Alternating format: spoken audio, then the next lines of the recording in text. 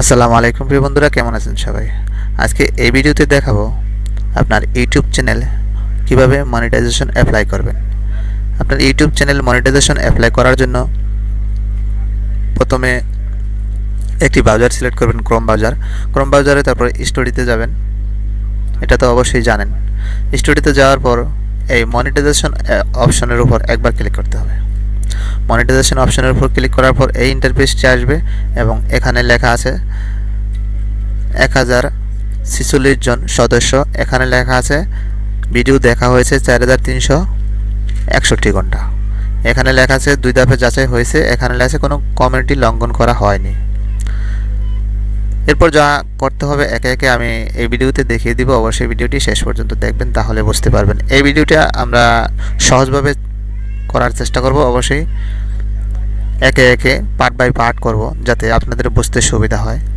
প্রথমে এই মনিটাইজেশন এনাবেলের করতে হলে এখানে আবেদন করুন। এখানে ইংরেজিতে যদি থাকে তাহলে মনিটাইজেশন এনাবল।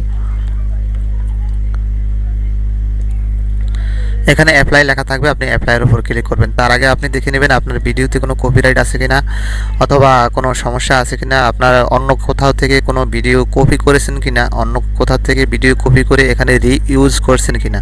যদি রিইউজ করে থাকেন তাহলে সেই রিইউজ ভিডিওটা এখান থেকে পার্সোনাল করে দিতে হবে।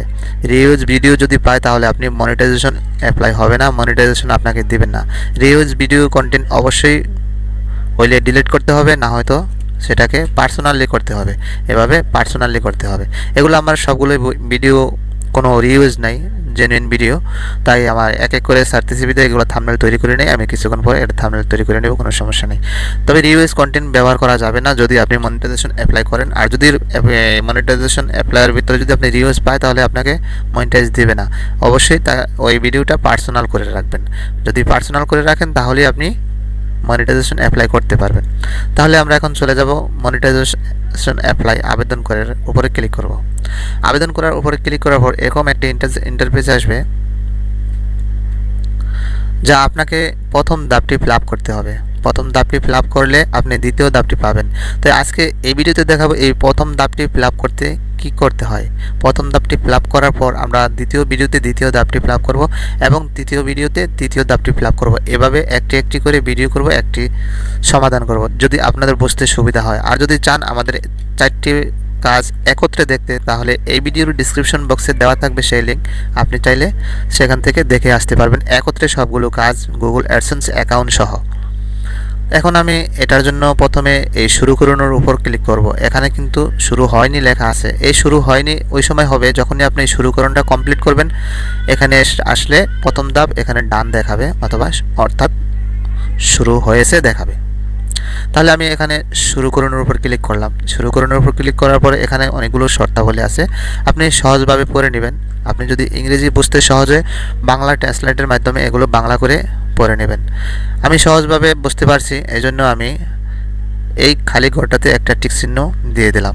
এই খালি ঘরে টিক চিহ্ন দেওয়ার পর আপনাকে যে কাজটি করতে হবে, এখানে দুটি অপশন রয়েছে, একটি এসে বাতিল করুন, আরেকটি এসে শর্তাবলী সম্মতি জানান। আমি কিন্তু যেহেতু টিক চিহ্নটা দেওয়ার পর এই সম্মতিটা আসছে, শর্তাবলী সম্মতি আসছে। আর যদি টিক চিহ্ন না দেন তাহলে কিন্তু এখানে এই অপশনটি আসবে না। তো এখানে আপনি আপনার মতো করে পড়ে নেবেন যাতে বুঝতে সুবিধা হয়। আমি বুঝেছি তাই এখানে সম্মতি দিয়েছি। এখন এখানে যে আমার প্রথম ধাপটি কমপ্লিট, একটু ওয়েট করতে হবে।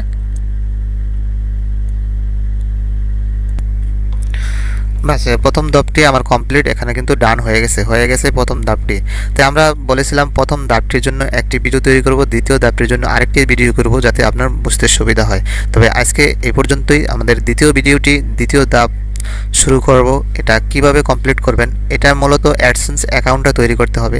এই অ্যাডসেন্স অ্যাকাউন্টটা কিভাবে তৈরি করবেন আমরা পরের ভিডিওটিতে দেখিয়ে দিব। আজকে এই পর্যন্ত। যদি ভিডিওটি ভালো লাগে অবশ্যই লাইক দিবেন, শেয়ার করবেন বন্ধুদের সাথে। আমার চ্যানেলে যদি নতুন হয়ে থাকেন তাহলে চ্যানেলটি এখনই সাবস্ক্রাইব করুন, পাশের বেল আইকনটি বাজিয়ে দিন। ধন্যবাদ ভিডিওটি শেষ পর্যন্ত দেখার জন্য।